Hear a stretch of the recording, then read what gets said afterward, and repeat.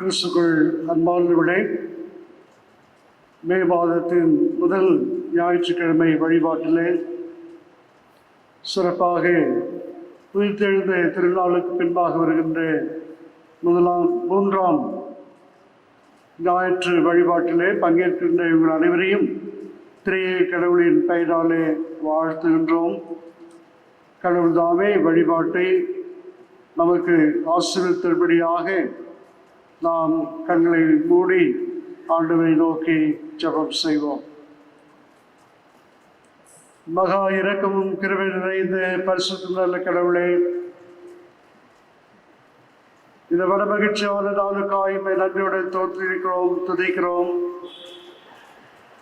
April மாதத்தை கடந்து மே மாதத்தின் முதலாம் ஞாயிற்றுக்கிழமையிலே உங்களுடைய சமூகத்திலே கூடி வரும்படியாக நீ பாராட்டிருக்கின்ற அன்புக்காக நடிசெலுத்துகின்றோம். நாங்கள் பெற்றுக்கொண்ட அனைத்து நன்மைகளுக்காக துதிக்கிறோம், ஸ்தோத்திரிக்கிறோம். பல்வேறு கஷ்டங்களின் மத்தியில் கூட ஆண்டவரே நீர் எங்களோடு கூட இருக்கிறீர் என்ற நம்பிக்கை ஒவ்வொரு நாளும் நாங்கள் பெற்றுக்கொண்டு வருவதற்காக போற்றுகிறோம். தொடர்ந்து ஆண்டவரே இந்த புதிய மாதத்திலேயும் உமக்கு ஏற்ற பிள்ளைகளாய் வாழும்படியாய் எல்லா சூழ்நிலையுமே பற்றிக்கொள்ளும்படியாக நீ கிருபை பாராட்டினால் ஜெபிக்கிறோம். உலகம் முழுவதும் இருக்கின்ற மக்களுக்கு நீர் போதுமானவர் என்பதை நாங்கள் உணர்ந்து அவளுக்காக இந்த நாளிலே ஜெபிக்கிறோம். அனைவரையும் நீர் பாதுகாத்து புதிய மகிழ்ச்சியை தந்து எங்களை உங்களுடைய கிருபையினால் வழிநடத்தும்படியாக இந்த வழிபாட்டின் மூலமாக எங்களை நீ திடப்படுத்தி வழித்தல் வேண்டும் என்று எங்கள் ஆண்டவரும் மீட்பெருமாக இயேசு கிறிஸ்து மூலம் மன்றாடுகிறோம் எங்கள் பரிசுத்த நல்ல கடவுளே, ஆமென். அன்புக்குரியவரே, இந்த நாளிலும் வழிபாட்டிற்கு துவக்கமாக நாம் அனைவரும் சேர்ந்து பாமாலையிலே முதலாவது பாடலை நாம் பாடுவோம். பாமாலை 1.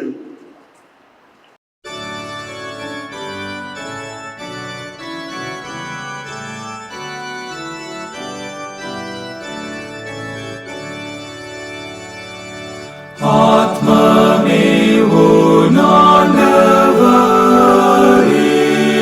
திருபாதம் பணிந்து மீட்பு சுகம் ஜீவனருள் பெற்றதாலே துதித்து அல்லேலூயா என்றென்றைக்கும் நித்யநாதரை போற்று. நாம் பிதாக்கள் தாழ்வில் பெற்ற தயை நன்மை காய்த்துதி கோபம் கொண்டு மாருளியும் என்று மாறாதோர் துதி. அல்லேலூயா அவருண்மை மாமகிமயாம் துதி. தந்தை போல் மாதாயை உள்ளோர் நீசமன்னோர் நன்மையே அன்பின் கரம் கொண்டு தாங்கி மாற்றார் வீழ்த்தி காப்பாரே. அல்லேலூயா இன்னும் அவர் அருள் விரிவானதே.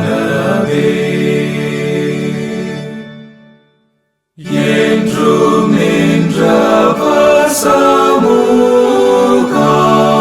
போற்றும் தூதர் கூட்டமே நாற்றிசையும் நின்றெழுந்து பணிவீர் நீர் பக்தரே.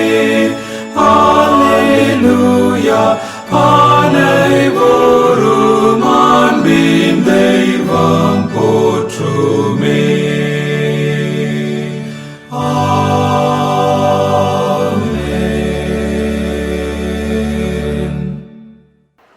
தொடர்ந்து நாம் ஜெபிப்போம். பரம பிதாவே, உம்முடைய நாமம் பரிசுத்தப்படுவதாக. ராஜ்யம் வருவதாக. உம்முடைய சுத்த பரமஇடத்திலே செய்யப்படுவது போல பூமியிலையும் செய்யப்படுவதாக. அன்றுள்ள எங்கள் அப்பத்தை எங்களுக்கு இன்று தாரும். எங்களுக்கு விரோதமாய் குற்றம் செய்கிறவர்களுக்கு நாங்கள் மன்னிக்கிறது போல எங்கள் குற்றங்களை எங்களுக்கு மன்னியும்.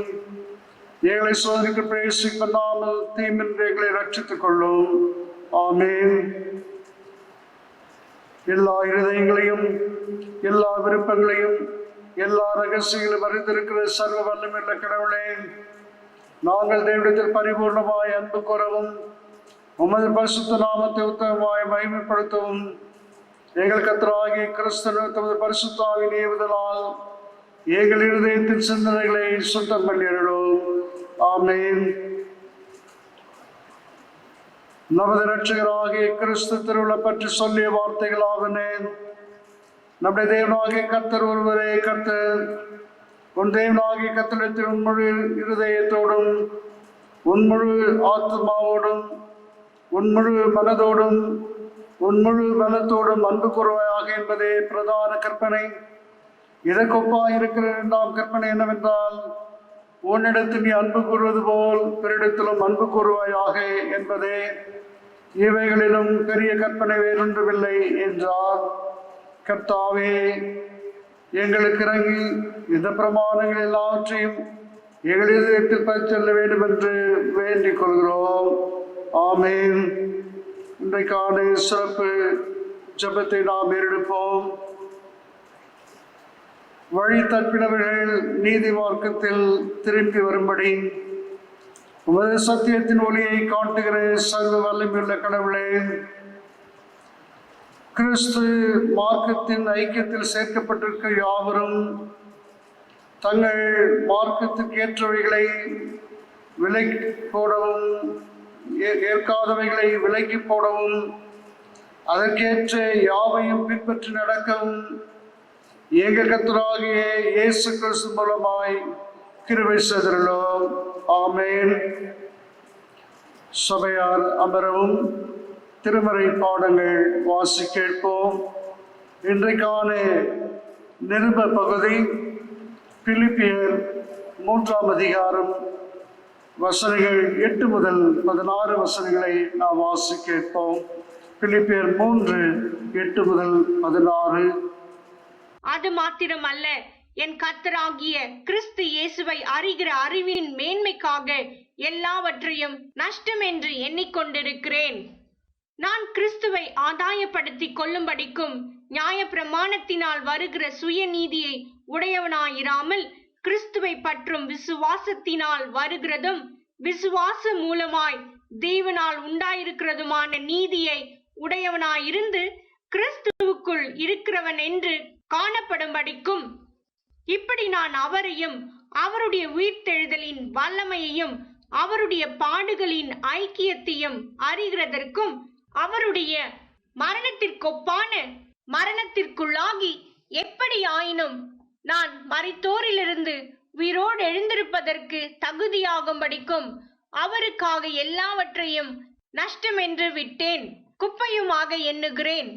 நான் அடைந்தாயிற்று அல்லது முற்றும் தேறினவனானேன் என்று எண்ணாமல் கிறிஸ்து இயேசுவினால் நான் எதற்காக பிடிக்கப்பட்டேனோ அதை நான் பிடித்து கொள்ளும்படி ஆசையாய் தொடருகிறேன்.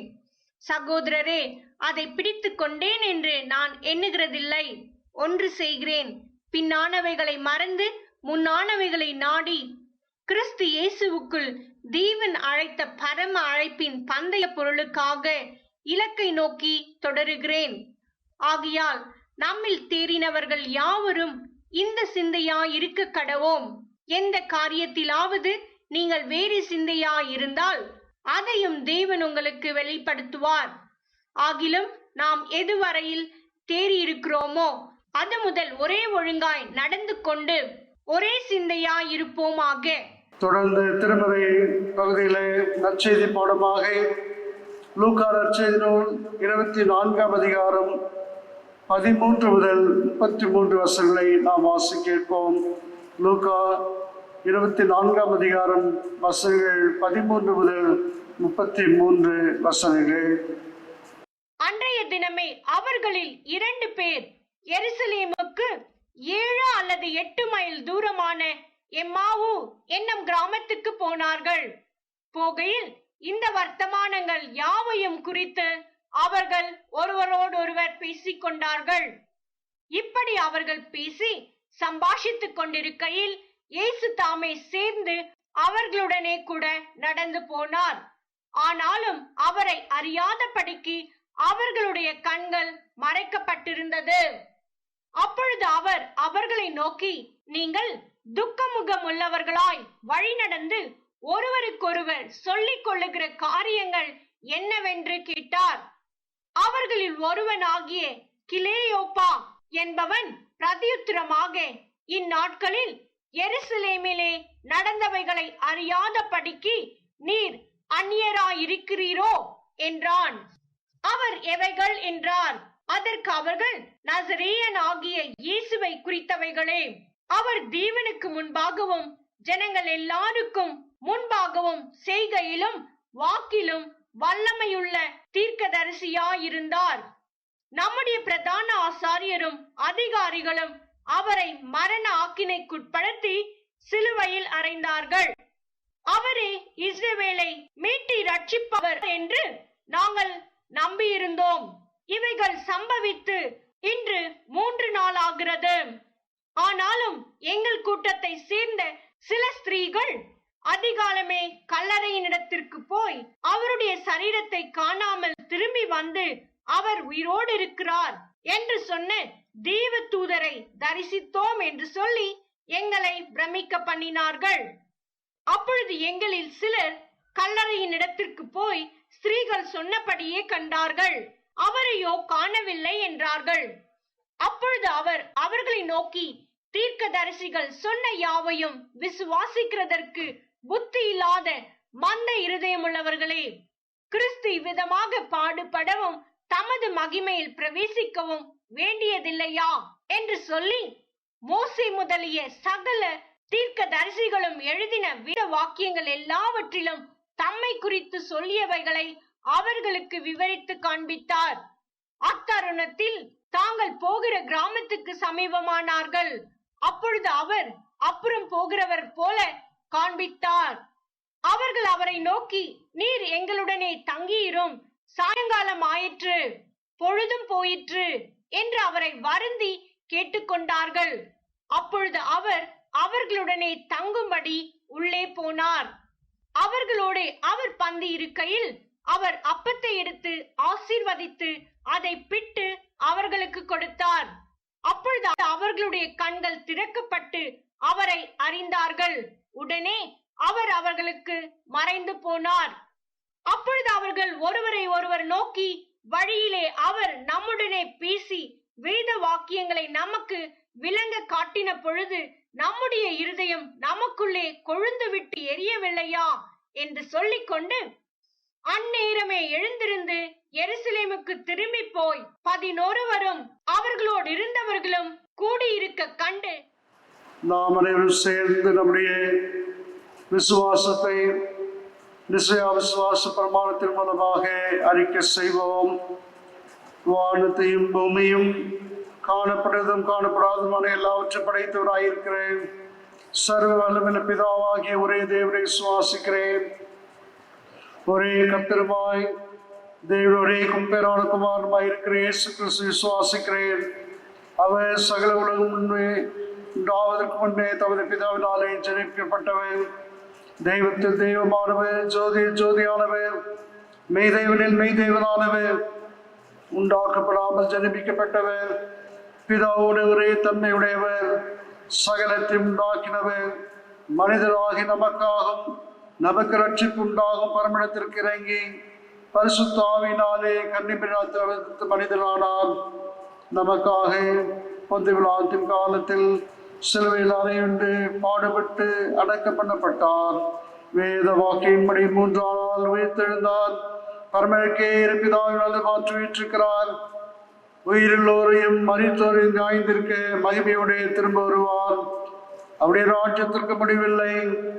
கர்த்தருமாய் ஜீவனை கொடுக்கிறவருமாய் பிதாவிலும் குமாரன் என்று புறப்படுகிறவருமாய் பிதாவோடு குமாரனோடு கூட தொழுது தோத்திரிக்கப்படுகிறவருமாய் தீர்க்கதரிசி மூலமாக உரைத்ததுமாயிருக்கிற பரிசுத்தமாக விசுவாசிக்கிறேன். ஒரே பொதுவான அப்போஸ்தல திருச்சபை ஒன்று என்று விசுவாசிக்கிறேன். பாவ மன்னிப்பு என்று நியமிக்கப்பட்ட ஒரே ஞானஸ்நானத்தை அறிக்கையிடுகிறேன். மரித்தோர் உயிர்த்தெழுதலும் மறுமைக்குரிய ஜீவனம் உண்டாகும் என்று காத்திருக்கிறேன். ஆமேன். சபையார் அமரவும். திருச்சபைக்கான அறிவிப்புகள். கிறிஸ்துக்கள் அன்பார்ந்தவர்களே, இந்நாளிலும் உங்கள் அனைவரையும் திருச்சபையின் சார்பாக வாழ்த்துகின்றோம். கடவுளுடைய சுகத்தை பலத்தை பெற்று ஆண்டவரோடு தொடர்ந்து நீங்கள் இணைந்து பயணிப்பதற்காக கடவுளுக்கு நன்றி செலுத்துகின்றேன். சிறப்பாக நம்முடைய திருச்சபையில் நடைபெற்று வருகிற ஊழியர்களுக்கு நீங்கள் தொடர்ந்து ஜெபித்து வருகிறீர்கள். இந்த காணொலி மூலமாக நாம் ஒருவர் சந்திக்கும்படியான ஆசீர்வாதத்தை கடவுள் நமக்கு தந்திருக்கிறார். மீண்டுமாக உங்கள் அனைவரையும் வாழ்த்துகின்றோம். சிறப்பாக இந்த வாரத்திலே தங்களுடைய பிறந்த நாளையும் திருந்த நாட்களையும் கொண்டாடுகின்ற ஒவ்வொருவரையும் திருச்சபையின் சார்பாக வாழ்த்துவதிலே மிக்க மகிழ்ச்சி அடைகின்றோம். பெரிய கடவுள் உங்களை எல்லா நன்மையினாலும் கிருபையினாலும் முடிசூட்டி வழிநடத்துவாராக. ஆசீர்வதிக்கும் தேவன் உன்னை ஆசீர்வதிப்பாரே. ஆசீர்வதிக்கும் தேவன் உன்னை ஆசீர்வதிப்பாரே. துதி ஸ்தோத்திரம் இயேசுநாதா, துதி உமக்கே என்றுமே. துதி ஸ்தோத்திரம் இயேசுநாதா, துதி உமக்கே என்றுமே. ஆசீர்வதிக்கும் தேவன் உன்னை ஆசீர்வதிப்பாரே.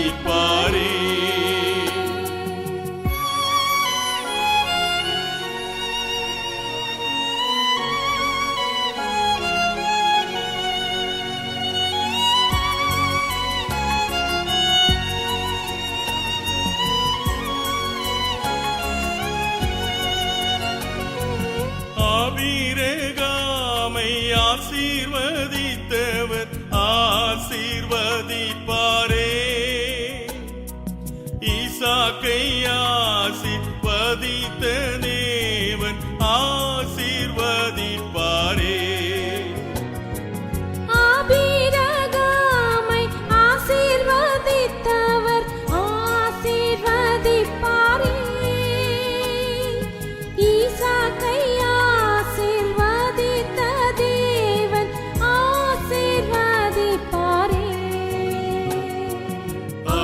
ஆசீர்வதிக்கும் தேவன் உன்னை ஆசீர்வதிப்பாரே. ஆசீர்வதிக்கும் தேவன் உன்னை ஆசீர்வதிப்பாரே. குறிப்பாக மே மாதம் என்றாலே நாம் அனைவரும் அறிந்த விதமாக VBS விடுமுறை வேதாகம பள்ளி நம்முடைய திருச்சபைகளில் நடைபெறும். இப்பொழுது கூட இங்கே சுற்றி இருக்கிற பிள்ளைகள் எப்பொழுது VBS துவங்குவீர்கள் என்று அவ்வப்போது வந்து கேட்டு செல்கின்றார்கள். நமக்கு இருக்கிற சூழல் தெரியும். ஆகவே இந்த ஆண்டிலே நாம் எல்லோரும் ஒன்றிணைந்து VBSஐ நடத்த முடியவில்லை என்று சொன்னாலும் ஒரு சிறிய பயிற்சியாக திருச்சபையின் நம்முடைய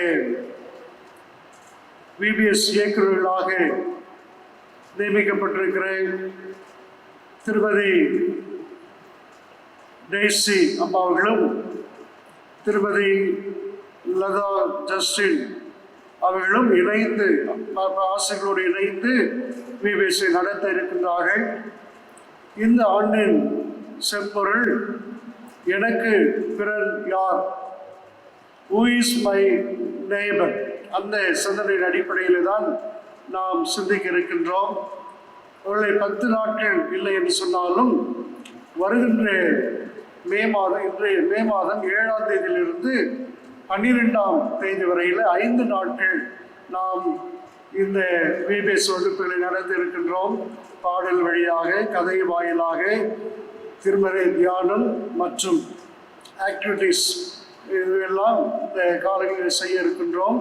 ஆகவே தயவுசெய்து பெற்றோர்கள் பிள்ளைகளை நீங்கள் உற்சாகப்படுத்தி அந்த நேரத்தில் அவர்கள் அந்த அவளை 10 மணியோ 11 மணிக்கு ஆரம்பிக்கும். அதுக்கான தகவல்கள் பின்பாக அறிவிக்கப்படும். 1 மணி நேரம் பிள்ளைகளை நீங்கள் அமர வைத்து இந்த விபிஎஸ்ல பங்கேற்கும்படி உங்களை அன்போடு கேட்டுக்கொள்கிறோம். அதற்கான ரிஜிஸ்ட்ரேஷன் ஃபார்ம் உங்களுக்கு இந்த ஆன்லைன் மூலமாக உங்களுக்கு அனுப்பப்படும். தயவுசெய்து இதில் பங்கேற்கிறவர்கள் அதை பூர்த்தி செய்து உடனடியாக அனுப்பினால் உங்களோடு நாங்கள் தொடர்பு கொள்வதற்கு மிக எளிதாக இருக்கும்.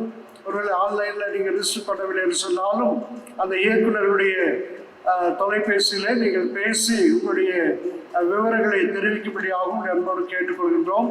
தயவுசெய்து பெற்றோர்களும் பிள்ளைகளும் இந்த விபிஎஸ் நாட்களை பயன்படுத்திக் கொள்ள கடவுள் நம்மை அழைக்கின்றார். நாம் அதிகமாக பிள்ளைகளோடு இல்லை என்று சொன்னாலும் குடும்பத்தோடு நாம் இணைந்து கற்க இருக்கிறோம். தயவுசெய்து இதில் பிள்ளைகள் பங்கேற்க இருக்கும்படி உங்கள் அன்போடு கேட்டுக்கொள்கின்றேன். தொடர்ந்து திருச்சபையார் இந்த ஊழியத்திற்காக ஜெபிக்கவும் உங்களை அன்போடு கேட்டுக்கொள்கின்றேன். நம்முடைய திருச்சபையிலே சிலர் நம்முடைய மாத சந்தா செலுத்துவதை குறித்து கேட்டார்கள். சில ஆர்வத்தோடு நாங்கள் எப்படி செலுத்த வேண்டும் என்று கேட்டுக்கொண்டார்கள். ஒருவேளை உங்களுக்கு விரும்பினால் ஒருவேளை நீங்கள் சந்தா செலுத்த வேண்டும் என்று விரும்பினால் நம்ம இந்த காணொலியில் வருகின்ற அந்த அக்கௌண்ட் நம்பருக்கு நீங்கள் டெபாசிட் செய்யும்படி அன்படுக்கிற ஆன்லைன்லையோ அல்லது பேங்க் ஆஃப் பரோடா ஆதம்பாக்கத்தில் பிரான்ச்சிலேயோ நீங்கள் கட்டும்படி உங்களை அன்போடு கேட்டுக்கொள்கின்றோம். ஒருவேளை நீங்கள் விரும்பினால் இதை செய்யவும் உங்களை அன்போடு கேட்டுக்கொள்கின்றோம். நீங்கள் சந்தா செலுத்தின பின்பு அந்த விவரத்தை பொருளருக்கு நீங்கள் தெரிவிக்கும்படியாக அன்போடு கேட்டுக்கொள்கின்றோம். அதே போல நம்முடைய பேராயத்திலேயும் நம்முடைய திருச்சபையிலேயும் நாம் கொரோனா வைரஸினாலே பாதிக்கப்பட்டிருக்கிற மக்களுக்கு நாம் உதவி வருகின்றோம். திருச்சபை மக்கள், அம்பேத்கர் மக்கள் மற்றும் அநேக கிராம திருச்சபைகளுக்கு பேராயத்தின் மூலமாக உதவிகள் செய்யப்பட்டு வருகிறது. அநேக உதவிகளையும் இப்பொழுது கேட்டுக்கொண்டிருக்கிறார்கள். ஆகவே இந்த கொரோனா வைரஸில் பாதிக்கப்பட்டிருக்கிற மக்களுக்கு நீங்கள் உதவி செய்ய வேண்டும் என்று விரும்பினாலும் உங்கள் நன்கொடையை இந்த அக்கௌண்ட் நம்பரில் செலுத்தும்படியாக உங்களை அன்போடு கேட்டுக்கொள்கின்றோம். எதை செலுத்தினாலும் அந்த விவரத்தை தயவுசெய்து நீங்கள் டஷிடத்தில் தெரிவிக்கும்படியாக உங்களை அன்போடு கேட்டுக்கொள்கின்றேன்.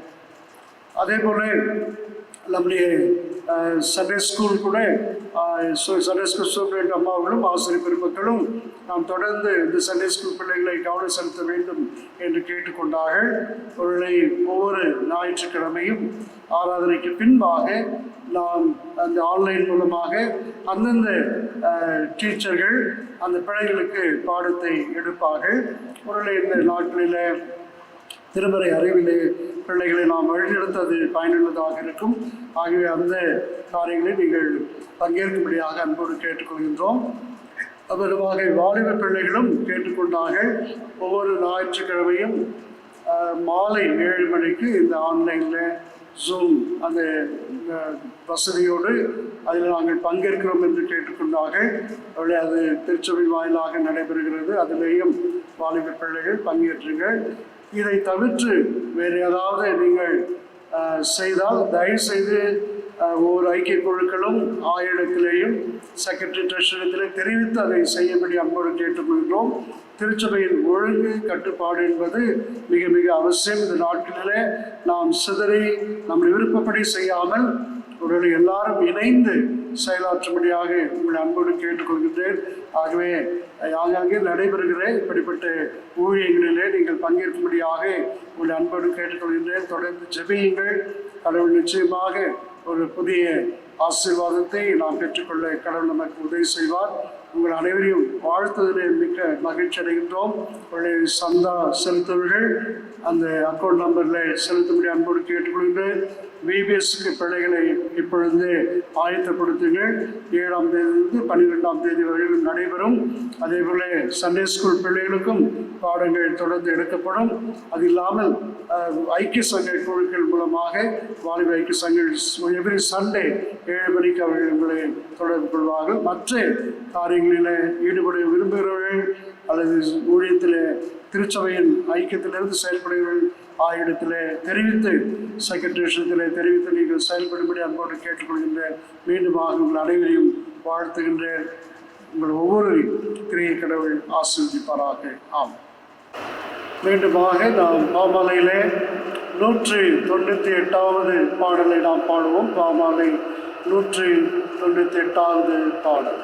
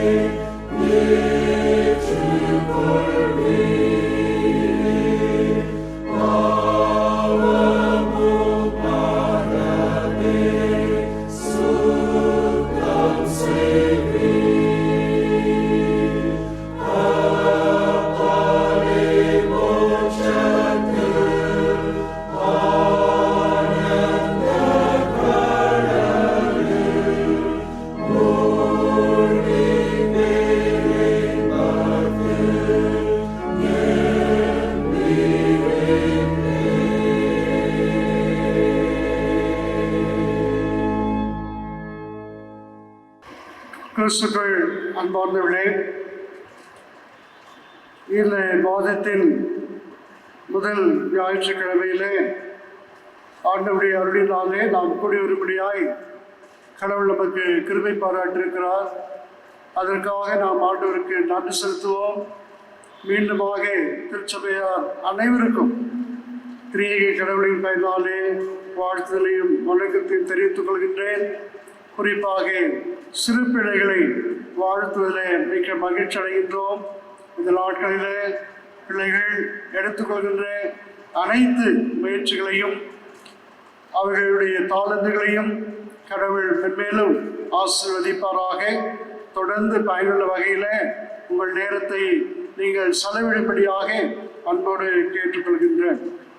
இந்த நாளிலும் கூட உயிர்த்தெழுந்த திருநாளுக்கு பின்பாக வருகின்ற 3ஆம் ஞாயிற்றுக்கிழமையில நாம் சிந்திக்கும்படியாய் நமக்கு கொடுக்கப்பட்டிருக்கிற செம்பொருள் உயிர்த்தெழுந்த கிறிஸ்துவுடன் அன்றாட வாழ்வில் ஒன்றிணைப்பு, communion with the risen Christ in daily life. அன்றாட வாழ்க்கையிலே உயிர்த்தெழுந்த கிறிஸ்துவோடு ஒன்றிணைப்பது. இயேசு கிறிஸ்து உயிர்த்தெழுந்த பின்பாக பல நிலைகளிலே தன்னை வெளிப்படுத்தினார், அவருடைய விசுவாசத்தை உறுதிப்படுத்தினார், புதிய ஆற்றலை கொடுத்தார் என்று நாம் தொடர்ந்து சிந்தித்து வருகின்றோம். இன்றைக்கு நாம் எப்படி உயிர்த்தெழுந்த ஆண்டவரோடு ஒன்றிணைத்திருப்பது, நாம் இணைந்து எப்படி பயணிப்பது? கம்யூனியன் என்று சொல்கிற பொழுது காமன் ஷேரிங் இன் காமன் என்று நாம் புரிந்து கொள்கின்றோம். ஒரே மனநிலையோடு, ஒரே சிந்தையோடு, ஒரே நோக்கத்தோடு பயணிப்பது, இருப்பதை பகிர்ந்து கொள்வது. ஆகவே நாம் ஒரு சிந்தையோடு நாம் பயணிப்பது என்பதுதான் இந்த கம்யூனியன் நமக்கு கொடுக்கின்ற அழுத்தம். கம்யூனியன் என்று சொன்ன உடனே நாம் ஆண்டவருடைய திருவிருந்தை மாத்திரமல்ல, நம்முடைய செயலிலே, சிந்தனையிலே ஆண்டவரோடு நாம் எப்படி இணைந்திருக்கிறோம் என்பதை இந்நாட்களிலே நாம் சிந்திக்க அழைக்கப்படுகின்றோம். இயேசு கிறிஸ்து உயிர்த்தெழுந்த பின்பாக அதிகமாய் தன்னுடைய சீடர்களோடும் மக்களோடும் இணைத்திருப்பதையே ஆண்டவர் விரும்பினார். ஏன்? அவர்களுடைய துக்கத்தை, கவலையை, கண்ணீரை, அவநம்பிக்கையை, அவருடைய எதிர்நோக்கை ஆண்டவர் மாற்றவும், அவருக்கு ஒரு புதிய ஆற்றலை தரவும் அவர்களோடு கூட எப்பொழுதும் இணைந்திருந்தார். ஆண்டவர் எப்பொழுதும் நம்மோடு கூட இணைந்திருக்கிறார். ஆகவேதான் இயேசு கிறிஸ்துவுக்கு நாம் கொடுக்கிற, நாம் பெற்றிருக்கிற மற்றொரு பெயர் இம்மானுவேல். இம்மானுவேல் என்று சொன்னால் கடவுள் நம்மோடு கூட இருக்கிறார். அவர் எப்பொழுதும் நம்மை விட்டு விலகுவதில்லை, அவர் நம்மை கைவிடுவதில்லை.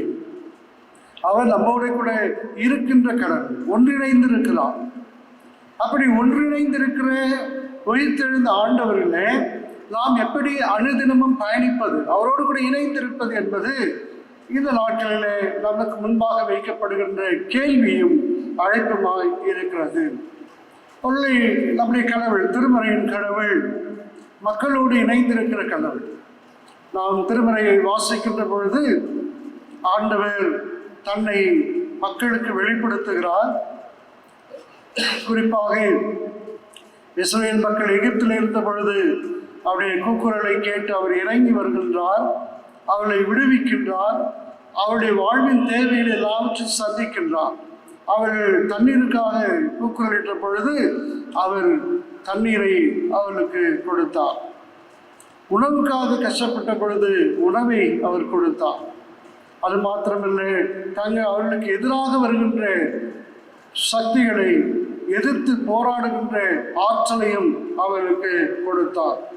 ஆகவே அவளோடு கூட எப்பொழுதும் அவர் இணைந்திருந்தார். ஒருவேளை இன்றைக்கான பழைய ஏற்பாட்டு புஸ்தகத்திலே யாத்திராகமம் 40ஆம் அதிகாரம் 34 நாம் வாசிக்கிற பொழுது இஸ்ரவேல் மக்கள் கடவுளுடைய பிரசன்னத்தை உணர்ந்து கொண்டார்கள். அந்த பகுதியில் சந்திப்பு கூடாரத்தில் அங்கே வைக்கப்பட்டிருக்கிறது. அந்த கூடாரத்திலே உடன்படிக்கை பெட்டி வைக்கப்பட்டிருக்கிறது. எப்பொழுதெல்லாம் அவர்கள் இந்த உடன்படிக்கை பெட்டி தூக்கி சுமக்கின்றார்களோ, அவர்கள் மத்தியிலே இருக்கிறதோ, அப்பொழுதெல்லாம் அவர்களுக்கு இருந்த ஒரு பெரிய நம்பிக்கை, கடவுளுடைய பிரசன்னத்தை அவர்கள் உணர்ந்து கொண்டார்கள். ஆகவேதான் அங்கே அவர்களை தன்னுடைய பிரசன்னத்தினாலே இருப்பு நிலையை ஆண்டவர்களுக்கு உறுதிப்படுத்துகின்றார். 36ஆம் வசனத்திலே வாசிக்கிற பொழுது, இஸ்ரவேல் மக்கள் தங்கள் பயணத்தின் ஒவ்வொரு கட்டத்திலும் மேகம் திரு உறைவிடத்தை விட்டு எழும்பும் பொழுதெல்லாம் புறப்பட்டு செல்வார்கள். அந்த மேக ஸ்தம்பமாக இஸ்ரவேல் மக்களுக்கு அவர் இருந்தார். ஆக அந்த மேக ஸ்தம்பம் எழும்புகிற பொழுது அவர்கள் பயணித்தார்கள். ஆண்டுடைய பிரசன்னத்தை அவர்கள் உணர்ந்து கொண்டார்கள். ஆக இந்த மேக ஸ்தம்பம் அந்த கூடாரத்தை மூடினது. அதன் மூலமாய் ஆண்டவருடைய பிரசன்னத்தை அவர்கள் உணர்ந்து கொண்டார்கள். ஆண்டவர் எப்பொழுதும் அவரோடு கூட இருக்கிறார் என்ற உணர்வை பெற்றுக்கொண்டார்கள். ஆகவே அங்கே வாசிக்கிறோம், 38ஆம் பயணத்தின் ஒவ்வொரு கட்டத்திலும் திருவுடத்தின் மேல் பகலில் ஆண்டவரின் மேகம் இருப்பதையும் இரவிலே நெருப்பு இருப்பதையும் இஸ்ரவேல் வீட்டார் கண்டார்கள். ஆகவே அவர்களை பகலிலே மேக ஸ்தம்பமாகவும் இரவிலே அக்னி ஸ்தம்பமாக அல்லது நெருப்பை போன்று அவர்களுக்கு அவர் தன்னை வெளிப்படுத்தினார். அவர்களோடு இணைந்திருந்தார்.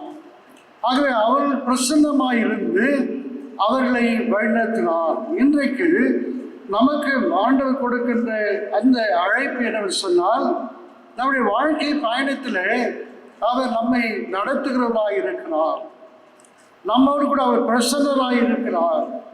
பகலிலே மேகஸ்தம்பமாக, இரவிலே அக்னி ஸ்தம்பமாக என்ன தேவையோ அந்த தேவையை நமக்கு சந்தித்து நம்மை பாதுகாக்கின்ற அரணாக அவர் இருந்து நம்மை வழிநடத்துகின்றார். ஆக நம்மை ஆண்டவருடைய பிரசன்னத்தை இந்த நாட்களிலே அதிகமாய் உணர்ந்து கொள்ள கடவுள் நம்மை அழைக்கின்றார். ஆகவே ஆண்டவருடைய பிரசன்னத்தை அவர்கள் எப்பொழுதும் உணர்ந்து கொண்டிருந்தார்கள். ஆகவே அவர்களை வழிநடத்தினார், அவர்களுக்கு வாழ்வளித்தார். இஸ்ரவேல் மக்களை தன்னுடைய சாட்சிகளாக அவர்களை உயர்த்தினார். ஆக கல்வி பிரசனத்தை அவர்கள் உணர்ந்து கொண்டார்கள். கிறிஸ்துக்கு அன்பார்ந்தவர்களே, இந்த நாளிலும் கூட கிறிஸ்து நம்மோடு கூட இருக்கிறார். உயிர்த்தெழுந்த ஆண்டவர் நம்மோடு கூட இணைந்திருக்கிறார். அவர் இம்மானுவேலராக இருக்கிறார் என்ற அந்த ஆண்டவரின் பிரசன்னத்தை, இருப்பு நிலையை நாம் உறுதிப்படுத்திக் கொள்ள கடவுள் நம்மை அழைக்கின்றார். அதுதான் இஸ்ரவேல் மக்கள் ஆண்டவருடைய மேகஸ்தம்பம் அக்னி ஸ்தம்பத்தை வைத்து கடவுள் தங்களோடு கூட இருக்கிறார் என்பதை உணர்ந்து கொண்டார்கள். இன்றைய நாட்டிலே கூட ஆண்டவனுடைய வாழ்க்கையிலே அநேக நன்மைகளை, ஆசீர்வாதங்களை, மகிழ்ச்சியை, துன்பத்தின் மத்தியிலே நம்மை கொடுக்கிற விடுதலையை நாம் மையப்படுத்தி நாம் ஆண்டவருடைய இருப்பு நிலையை நாம் உணர்ந்து கொள்ள கடவுள் நம்மை அழைக்கின்றார். ஆக இந்த பிரசன்னம் ஆண்டவருடைய நம்மோடு கூட இருக்கிறார் என்ற உறுதிப்பாடு நம்முடைய வாழ்க்கையிலே மிக மிக அவசியம் என்பதை இந்த நாட்களிலே கடவுள் நம்மை அழைக்கின்றார். அதே போல பவுலப்போஸ்தலன் ஆண்டவருடைய அழைப்பை அல்லது ஆண்டவருடைய இருப்பு நிலையை அல்லது ஆண்டவர் தன்னோடு கூட இருக்கிறார் என்பதை அவர் உணர்த்துகின்றார். இப்பொழுது இன்றைக்கான நிருப பகுதியில் பிலிப்பியர் 3ஆம் அதிகாரத்தில் 8ஆம் வசனத்தில் நாம் வாசிக்கின்றோம். அநேக காரியங்களை பவுலப்போஸ்தலன் அங்கே குறிப்பிடுகின்றார். குறிப்பாக ஆண்டவருடைய மக்களை, ஆண்டவருடைய திருச்சபையை வேதனைப்படுத்தின, விரோதித்த பவுலப்போஸ்தலன் ஆண்டவரை தன் சொந்த இரட்சகராக ஏற்றுக்கொண்ட பின்பு அவர் தன்னை முழுமையாய் ஆண்டவருக்கென்று அர்ப்பணிக்கின்றார். ஆகவே அவர் சொல்லுகின்றார், ஆண்டவரை நான் தெரிந்து கொண்டேன். 5-6 வசனத்தை வாசிக்கிற பொழுது அவர் தன்னை பெஞ்சமின் குலத்தார் என்றும் எபிரேயன் என்றும் நன்கு படித்தவர் என்றும் தன்னிடத்தில் இருக்கின்ற பலவிதமான மேன்மைக்குரிய காரியங்கள் இருந்தும் எல்லாம் ஆண்டவருக்கு முன்பாக ஒன்றுமில்லை என்பதை அவர் குறிப்பிடுகின்றார். அந்த 2வது குறிப்பாக நாம் மனதிலே கொள்ள வேண்டியது, அந்த இணைந்திருப்பது என்பது அல்லது ஆண்டவரோடு ஒன்றிணைத்திருப்பது நாம் இழப்பதற்கும் ஆயத்தமாய் இருக்க அழைக்கப்படுகிறோம். இழப்பு என்பது நமக்கு ஒரு பெரிய நஷ்டம் இல்லை, மாறாக அந்த இழப்புகளின் மத்தியிலே நாம் உயர்த்தப்படுவோம். அதைத்தான் பவுல் அப்போஸ்தலன் தன்னுடைய வாழ்க்கையிலே உணர்த்துகின்றான். குறிப்பாக அவர் எல்லாவற்றையும் சொல்லிவிட்டு, நான் இதெல்லாம் செய்தேன், திருச்சபையின் அடிப்படையில் நீதி நெறியை பொறுத்தமட்டில் குற்றமற்றவனாய் இருந்தேன். ஆனால் எனக்கு ஆதாயமாக இவை எனக்கும் அனைத்தும் கிறிஸ்துவின் பொருட்டு இழப்பு என கருதினேன். உண்மையில் என்னை பொறுத்தவற்றில் என் ஆண்டவராம் கிறிஸ்து இயேசுவை பற்றி அறிவதே நான் பெற்றுள்ள பெரும் ஒப்பற்ற செல்வம். 8ஆம் வசனத்தில் இவை எல்லாம் இருந்தாலும் நான் எபிரேயன், படித்தவன், பெஞ்சமின் குலத்தான், நீதி நெறியை படி நான் வாழ்கிறவன். ஆனால் இவையெல்லாம் இருந்தாலும் கூட இயேசு கிறிஸ்துக்கு முன்பாக நான் எல்லாற்றையும் விட்டுவிட்டேன். இன்னும் நான் சொல்ல, இயேசு கிறிஸ்துவை பற்றி அறிவதே, அவரை பற்றி அறிவே நான் பெரும் ஒப்பற்ற செல்வம். அப்போ இந்த டெய்லி லைஃப்பில் உயிர்த்தெழுந்த ஆண்டவரோடு எப்படி நாம் ஒன்றிணைத்து இருக்க முடியும் என்று சொன்னால், அவரை பற்றிய அறிந்து கொள்கிற ஆர்வம் நமக்கு அவசியம். அவரை பற்றிய அறிவு நமக்கு அவசியம். ஆண்டவரை தெரிந்து கொள்ள வேண்டும், ஆண்டவரை வருடத்தில் தெரிந்து கொள்ள வேண்டும். ஆண்டவர் செய்த நன்மைகளை நாம் உணர்ந்து பார்க்க கடவுள் நம்மை அழைக்கின்றார். தெரியும், நம்முடைய அழைப்பை நாம் உணர்ந்து கொள்ள அழைக்கப்படுகின்றோம். அதைத்தான் அவர் சொல்கின்றார், அந்த அறிவு தான் மிக செல்வம். இந்த உலகத்தில் நாம் வைத்திருக்கிற செல்வங்கள் எதுவும் நிலையானது அல்ல. நமக்கு தெரியும், இந்த நாட்களிலே கொரோனா வைரஸினாலே ஏழை பணக்காரன் என்ற வித்தியாசம் இல்லாமல் அநேகர் பாதிக்கப்பட்டிருக்கிறார்கள். அவர்கள் வைத்திருக்கிற செல்வங்களை எதுவும் அவர்களுக்கு மீட்பதற்கு பயன்பெறாது அல்லது வாழ்வுக்கு பயன்பெறாது என்கின்ற நிலையில் இன்றைக்கு நாம் பிரச்சனைகளை சந்தித்துக் கொண்டிருக்கிறோம். இந்த நிலையில ஆண்டவரை அறிகிற அறிவுதான் செல்வம், நிலையான செல்வம் என்பதை இந்த நாட்களில் நாம் அதிகமாக உணர்ந்து கொள்ள அழைக்கப்படுகின்றோம். ஆகவே இந்த மற்றவற்றை குறித்து நாம் பெருமை பாராட்ட வேண்டிய அவசியம் இல்லை. அதைதான் பின்பாக அவர் சொல்கின்றார், கிறிஸ்துவை ஆதாயமாக கொள்ள எல்லாவற்றையும் குப்பையாக கருதுகிறேன். கிறிஸ்துவை நான் ஆதாயப்படுத்திக் கொள்ள வேண்டும். கிறிஸ்துவுக்கு முன்பாக எல்லாம் எனக்கு குப்பை, அவைகள் பயனற்றது, அவைகள் எனக்கு ஒன்றுக்கும் உதவாதது என்று சொல்லி எல்லாவற்றும் குப்பையாய் கருதுகின்றார். கிறிஸ்துவுக்குள் அன்பார்ந்தவர்களே, இந்த நாட்களிலே எவைகளை நாம் ஆதாயப்படுத்துகிறவர்களாக இருக்கிறோம்? அன்றாட வாழ்விலே எவைகளை நாம் தேடுகிறோம்? ஆண்டவரை தேடுகிறோமா? ஆண்டவருடைய விருப்பத்தை நிறைவேற்றவர்களாக இருக்கிறோமா? ஆண்டவருடைய விசுவாசத்திலே பெறுகிறோமா என்பதை பவுல் அப்போஸ்தலன் இன்றைக்கு நமக்கு ஒரு அறைகோலாக வைக்கிறார். எதை நான் கிறிஸ்துவுக்காக இழந்திருக்கிறேன், எவைகளை நான் குப்பையாக தூக்கி எறிகிறேன். இன்றைக்கு தேவையில்லாதவற்றை நாம் தூக்கி சுமருகின்றோம். பணத்தை சேர்த்து கொள்வது, நல்ல பதவி அந்தஸ்துகளை தேடிச் செல்வது, குறிப்பாக பகிர்வதை விட்டுவிட்டோம், அன்பை மறந்து போகின்றோம். ஆண்டவருடைய அந்த அன்பை ஒருவருக்கு ஒருவர் பகிர்ந்து கொள்வதிலே நாம் குறையப்படுகிறோம். பகைமைகள், வெறுப்புணர்வுகள் மேலோங்குகிறது. தான் என்கின்ற அந்த மேட்டுமையை இன்றைக்கு அதிகமாக நமக்கு ஊட்டப்படுகிறது. தனிநபர் நலன்கள், சுயநலங்கள் இன்றைக்கு பெருக்கப்படுகிறது. ஆனால் பவுல் அப்போஸ்தலன் எல்லாம் இருக்கின்ற பொழுதும் அவற்றையெல்லாம் குப்பையாக தூக்கி எறிகிறார். கிறிஸ்துவுக்கு அன்பான இந்த நாளிலே கடவுள் நமக்கு கொடுக்கிற அழைப்பு, நீங்கள் கிறிஸ்துவுக்காக எதை இழந்திருக்கிறீர்கள், எவைகளை நீங்கள் தூக்கி போட்டிருக்கிறீர்கள்? இந்த உலகம் எவைகள் மீது நம்பிக்கை வைக்கிறதோ அவைகளை நான் தூக்கி எறிந்திருக்கிறேனா? பணத்தை இந்த உலகம் பெரிதாய் பேசுகிறது என்று சொன்னால், கிறிஸ்துதான் எனக்கு மேல், இந்த உலகம் எனக்கு பின்பாக போகட்டும். சில நேரங்களில் நான் அதிகமாக திருச்சபையில் அழுத்தமாக சொல்கின்ற ஒன்று, நாம் அநேக ஆண்டுகளாக கிறிஸ்துவை பின்பற்றி வருகிறோம். ஆனாலும் கிறிஸ்துவின் அடையாளத்தை விட்டுவிட்டு அநேக நேரங்களில் நமக்கு இருக்கிற ஒரு பெரிய பிரச்சனை என்று சொன்னால், சாதிய அடையாளத்தை நாம் சுமந்து தெரிகிறோம். அதை பயன்படுத்திக் கொள்வதற்கு பெருமைப்படுகின்றோம்.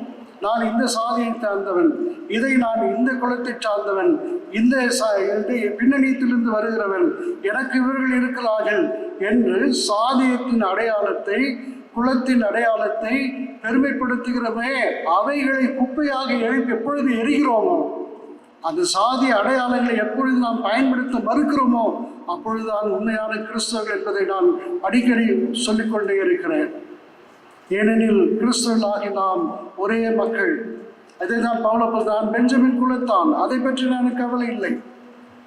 அவைகளை நான் குப்பையாக கருதுகிறேன். இன்றைக்கு அவைகளை நாம் தூக்கி எறிவது அழைக்கப்படுகிறோம். ஆகவே இழப்பின் மத்தியிலே ஆண்டவரை நாம் போற்ற அழைக்கப்படுகிறோம். ஆகவே 10-11 வசனத்தில் அவர் சொல்கின்றார், கிறிஸ்துவை அவர் தம் உயிர்த்தெழுதலின் வல்லமையும் அறிவையும் அவருடைய துன்பங்களில் பங்கேற்று சாவில் அவரை ஒத்திருக்க விரும்புகிறேன்.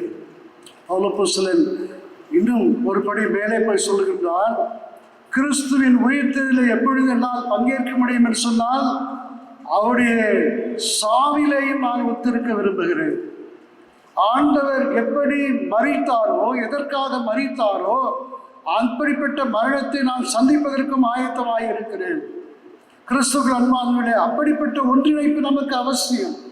நன்மைகளை, ஆசீர்வாதங்களை, அற்புதங்களை பெற்றுக்கொள்வதற்கான ஒன்றிணைப்பு அல்ல. கிறிஸ்துவுக்காக நான் கிறிஸ்துவை போல மரிப்பதற்கு நான் ஆயத்தமாக இருக்கிறேன். அதுதான் அவர் சொல்கின்றார், கிறிஸ்துவின் துன்பங்களில் பங்கேற்று சாவில் அவரை ஒத்திருக்க விரும்புகிறேன்.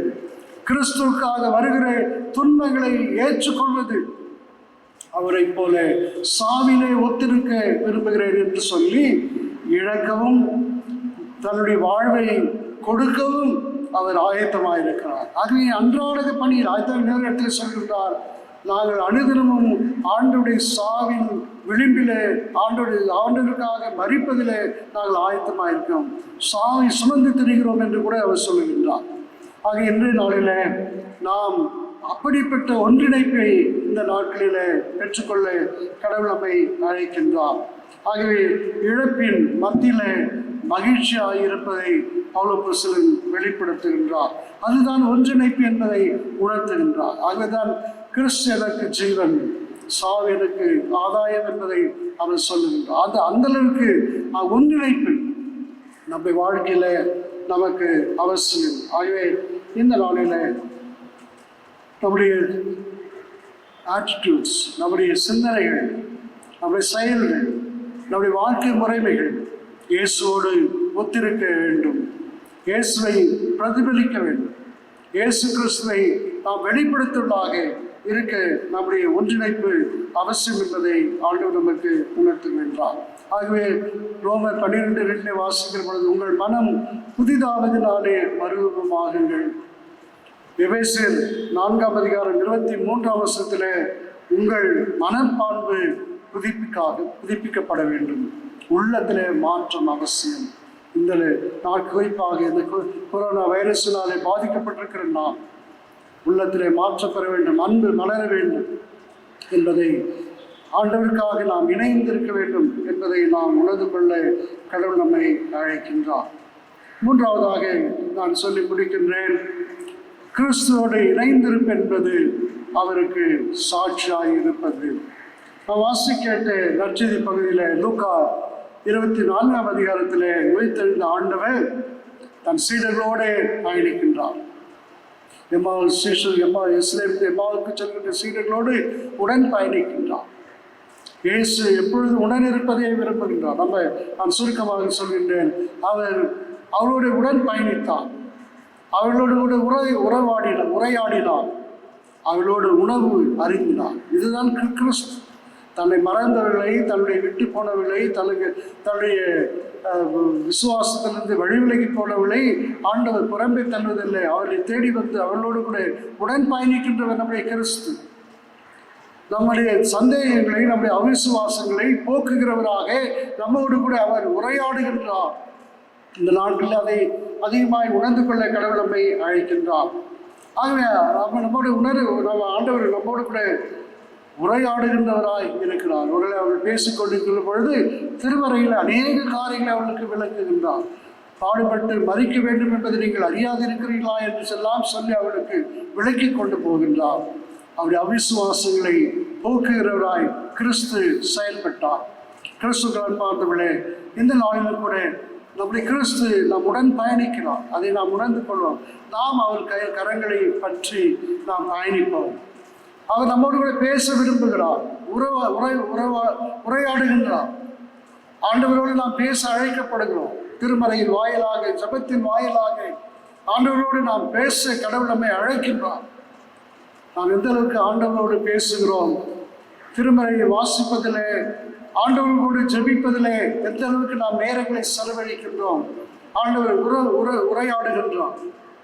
டயலாக், நம்ம பேசுகிறோம். நம்முடைய அவிசுவாசங்களை போக்குறவராக இருக்கிறார். அங்கே சீடர்களை அவரை அழைக்கிறார்கள். நேரமாகிவிட்டது, எங்களுடைய தங்குங்கள் என்று அழைத்த பொழுது அவரோடு அழைக்கப்பட்டவராய் அங்கு சென்று அவளுக்கு உணவு அளிக்கின்றார். அவரோடு கூட உணவு அருந்துகிறார். அப்பொழுது அப்பத்தை எடுத்து பிட்ட பொழுது அவர்கள் இயேசுவை கண்டுகொண்டார்கள். அது உணவு அருந்துகிறவராய் ஆண்டவர் இருக்கிறார். அப்போ இன்று நம்முடைய வாழ்க்கையில் கூட அனுதினமும் ஆண்டவரோடு நாம் பயணிக்க வேண்டும். அந்த பயணிக்கிற அனுபவம் நமக்கு மிக மிக அவசியம். இன்றைக்கு அவருடைய கரங்களை நாம் பற்றிக்கொள்ள, அவரோடு நாம் பேசுகிறவர்களாய், அவரோடு உணவு இருந்தது என்று சொன்னால், இப்படிப்பட்ட கைவிடப்பட்டிருக்கிற நிலையிலே இருக்கிற மக்களோடு நம்மை அடையாளப்படுத்திக் கொள்கிறது தான் கிறிஸ்து அங்கே செயல்படுகின்றார். கிறிஸ்துக்கு அன்பார்ந்தவர்களே, ஆகிய அப்படிப்பட்ட கிறிஸ்துவை நாம் பெற்றிருக்கிறோம். இன்றைக்கு நாமும் கூட ஆண்டவருக்காக வாழ்வதுதான் இந்த வாழ்வின் நோக்கம். ஆகவே அவரோடு கூட பயணிப்போம். ஆகவே பவுலப்போஸ்தலன் இடத்தை சொல்கிறார், அவரது அடிச்சுவடுகளை பின்பற்றுங்க. ஃபுட்ஸ்டெப், அவர் எப்படி நடந்தாரோ, எதை பேசினாரோ, எதை பேச வேண்டும் என்று விரும்பினாரோ அதை பேசுகிற செயல்படுத்துவர்களாக இருக்க கடவுளுமே அழைக்கின்றார். ஆகவே கண்கள் திறக்கப்பட்டது. இயேசுவை அவர்கள் கண்டு கொண்டார்கள். அவர் உடனடியாக ஓடி சென்று கிறிஸ்துவை நாங்கள் உயிர்த்தெழுந்த ஆண்டவரை பார்த்தோம் என்று சாட்சி பகிர்ந்தார்கள். அப்போ இந்த அனுதினமும் ஆண்டவரோடு ஒன்றிணைப்பது என்று சொல்கிற பொழுது நாம் ஆண்டவருக்கு சாட்சி பகிர கடவுளை அழைக்கிறார். ஒருவேளை நாம் அடிக்கடி நம்முடைய பேராயத்தின் மூலமாக நம்ம கொடுக்கப்படுகிற செய்தி அதுதான். ஒரு ஞாயிற்றுக்கிழமை கிறிஸ்துவர்களாக இருப்பது முக்கியம் அல்ல, பெயரளவிலே கிறிஸ்துவர்களாக இருப்பது முக்கியம் அல்ல. அனுதினமும் ஆண்டவரின் சிலுவையை சுமந்து பயணித்து ஆண்டவரின் சாட்சிகளாக இருக்க அழைக்கப்படுகின்றோம். ஆகவே ஆண்டவர் சொல்கின்றார், அவர்கள் தன் சிலுவை அனுதினமும் சுமக்க வேண்டும், ஆண்டவருக்கு சாட்சி பகிர வேண்டும்.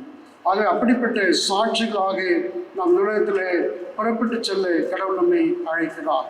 குறிப்பாக இந்த நாட்டிலே நாம் வியாதியினாலே, தொற்று வியாதினாலே பாதிக்கப்பட்ட மக்களுக்காக அதிகமாக செபிப்போம். அவர்களுக்கு உதவி செய்து ஆண்டவரின் பிள்ளைகளாக நம்மை வெளிப்படுத்துவோம். குறிப்பாக இந்த நாட்டிலே ஆண்டவருடைய பிரசன்னத்தை நாம் உணர்வோம். Experience the presence of God. ஒவ்வொரு நாளும் நாம் ஆண்டவர் நம்மோடு கூட இருக்கிறார் என்ற உணர்வை பெற்றுக்கொள்வோம். ஆண்டவருக்காக இழப்பதற்கு நாம் ஆயத்தமாக இருப்போம். Ready to lose. நாம் கடவுளுடைய ராஜ்யத்தை, கடவுளுடைய அன்பை பெற்றுக்கொள்ள நாம் எல்லாவற்றையும் இழப்பதற்கு நாம் ஆயத்தமாக இருப்போம். அனைதினமும் அவரோடு கூட நாம் பயணிப்போம். Walk daily with Christ. எப்படி நாம் ஆண்டவரோடு நாம் பயணிக்க முடியும் சொன்னால், ஆண்டவருடைய திருச்சித்தத்தை நிறைவேற்றலாக நாம் இருக்க திரையை கடவுள் நாம் ஒவ்வொருவரையும் ஆசீர்வதிப்பதாக. Communion with risen Christ in daily life என்பதை நாம் உணர்ந்து கொள்ள கடவுள் நம்மை ஒவ்வொருவரையும் ஆசீர்வதிப்பதாக. மனுஷர் உங்கள் நற்கிரிகளை கண்டு பரலோகத்தில் இருக்கிற உங்கள் பிதாவை மகிழ்ப்படுத்தும்படி உங்கள் வெளிச்சம் அவர்களுக்கு முன்பாக பிரகாசிக்க கிடவது. மனிதர் உங்களுக்கு எவைகளை செய்ய விரும்புகிறீர்களோ அவைகளை நீங்களும் அவர்களுக்கு செய்யுங்கள். இதுவே நியாயப்பிரமாணமும் தீர்க்க தரிசனங்களுமாகும். நன்மை செய்யவும் தான தர்மம் பண்ணவும் மறவாதிருங்கள். இப்படிப்பட்ட பலியின் மேல் கடவுள் பிரியமாய் இருக்கிறார். நாம் அனைவரும் சேர்ந்து கீர்த்தனையில் 105வது பாடலை நாம் பாடுவோம். கீர்த்தனை 105.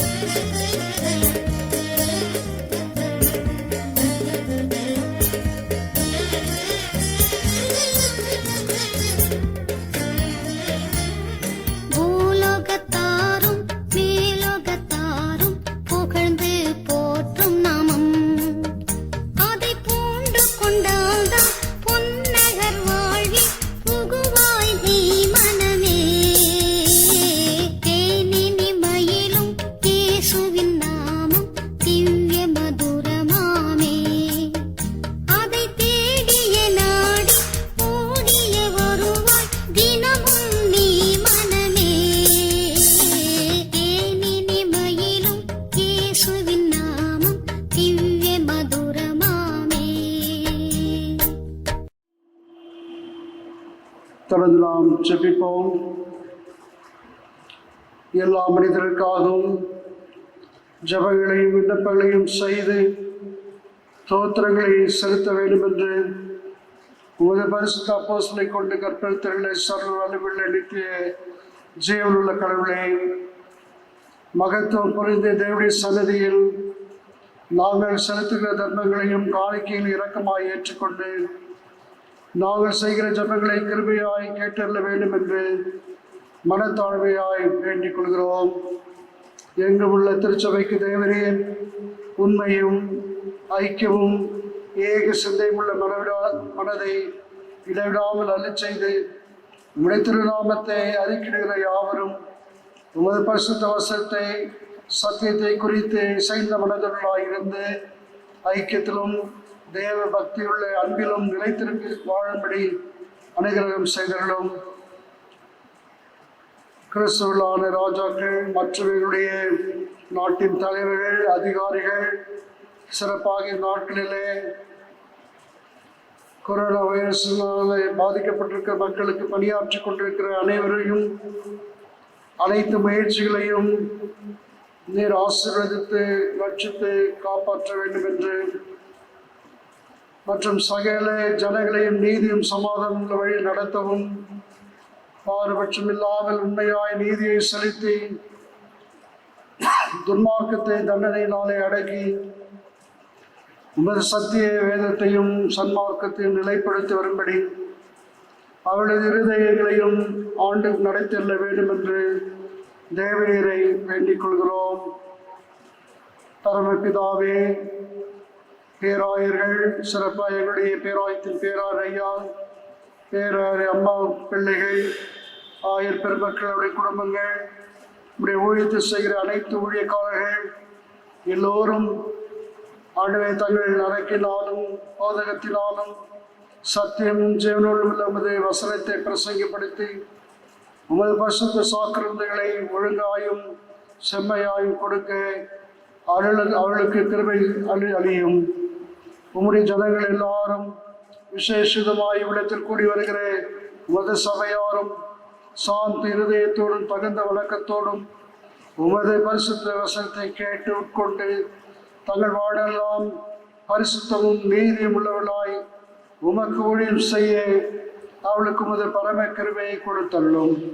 நிலையில்லாத இந்த ஜீவ காலத்தில் துன்பம், துக்கம், வறுமை, வியாதி முதலான உபத்திரவங்களால் வருத்தப்படுகிற யாவரையும் உமது தயவினாலே தேற்றி ஆதரிக்க வேண்டும் என்று பணிவாய் கேட்டுக்கொள்கிறோம். உம்மிடத்தில் விசுவாசமும் பயபக்தியும் உள்ளவர்களாய் ஜீவித்து போன அடியார்கள் எல்லாரையும் நாங்களுடைய பரிசுத்த நாமத்தை துதித்து அவளோடு கூட நாங்களும் பரம ராஜ்யத்தில் பங்கு பெறும்படி அவைகள் காட்டிய நல் மாதிரியை பின்பற்ற எங்களுக்கு கிருபை செய்திட வேண்டும் என்று பிரார்த்திக்கின்றோம். அவனமாகவே இந்த வாரத்திலே தன்னுடைய பிறந்த நாளையும் திருமண நாளையும் கொண்டாடுகிற பிள்ளைகளுக்காக நான் ஜெபிக்கிறோம். புதிய ஆசீர்வாதத்தை, புதிய நன்மையை, மகிழ்ச்சியை பெற்றுக்கொள்ள உதவி செய்யும். படிக்கிற பிள்ளைகளையும் திருக்கலத்தில் ஒப்புவிக்கிறோம். நல்லபடி படிக்க உதவி செய்யும். திருமணம், வேலை வாய்ப்புகள், குழந்தை பேரு இவைகளுக்காக ஜெபிக்கிற கேட்டுக்கொண்டிருக்கிற பிள்ளைகளுடைய தேவையை சந்திக்கும்படியாய் ஜெபிக்கிறோம். ஆண்டவரே, குறிப்பாக இந்த மாதத்தில் நாங்கள் திருச்சபையின் வாயிலாக நடத்த இருக்கின்ற பிபிஎஸ் வகுப்புகளை நீர் ஆசீர்வதித்தாரும். அதன் மூலமாய் உம்முடைய சத்தியத்தை பிள்ளைகள் பெற்றுக்கொள்ள உதவி செய்யும். சண்டே ஸ்கூல் மினிஸ்ட்ரிக்காக வாலிபர் ஐக்கிய சங்கம், பெண்கள் ஐக்கிய சங்கத்தினர், ஆண்கள் ஐக்கிய சங்கத்தினர் மற்றும் இளம் தம்பதியர் மற்றும் இருக்கின்ற அனைத்து ஐக்கிய சங்கங்கள் அனைவருக்காக நான் ஜெபிக்கிறோம். அனைவரும் இணைந்து நாங்கள் பயணிக்க உதவி செய்யும். எங்களுடைய குருசேகர உறுப்பினர்களுக்காக, செக்ரட்டரி ட்ரெஷருக்காக, அவனமாக ஆண்டவரே என்னுடைய ஊழியத்தை செய்து வருகின்ற என்னுடைய லைஃப் ரிச்சர்ஸ்க்காக நான் ஜெபிக்கிறோம். சிறப்பாக திரு எட்வர்ட் மோகன் ஐயாவுக்காக, ப்ரொஃபஸர் லாரன்ஸ் ஐயாவுக்காக நான் ஜெபிக்கிறோம். அவருடைய குடும்பங்களையும் ஊழியர்களையும் ஆசீர்வதியும்.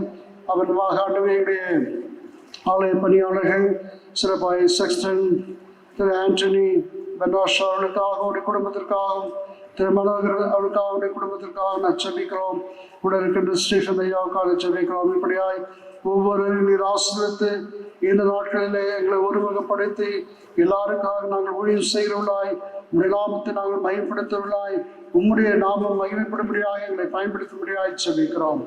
பிதாவே, எங்கள் ஒரே மத்தியஸ்தரும் காரிய கத்திரமாய் இயேசு கிறிஸ்து மூலமாய் இந்த நன்மைகளுக்காக உம்மை வேண்டிக் கொள்கிறோம். ஆமென். தொடர்ந்து நாம் இறையாசியை பெற்றுக்கொள்வோம். எல்லா பக்திக்கும் மேலான தேவ சமாதானம் உங்களோட இருந்து தேவனுடைய குமாரன் ஆகிய நம்முடைய நாதர் இயேசு கிறிஸ்துவை பற்றிய அறிவிலும் அன்பிலும் நிலைத்திருக்கும்படி உங்கள் இதயத்தையும் சிந்தையும் காக்க கடவுது. பிதா, குமாரன், பரிசுத்த ஆவியின் சர்வ வல்லமை பொருந்த தேவனுடைய ஆசீர்வாதம் உங்களுக்குள்ளே இருந்து எப்பொழுது உங்களோட நிலைத்திருக்க கடவுது. ஆமென்.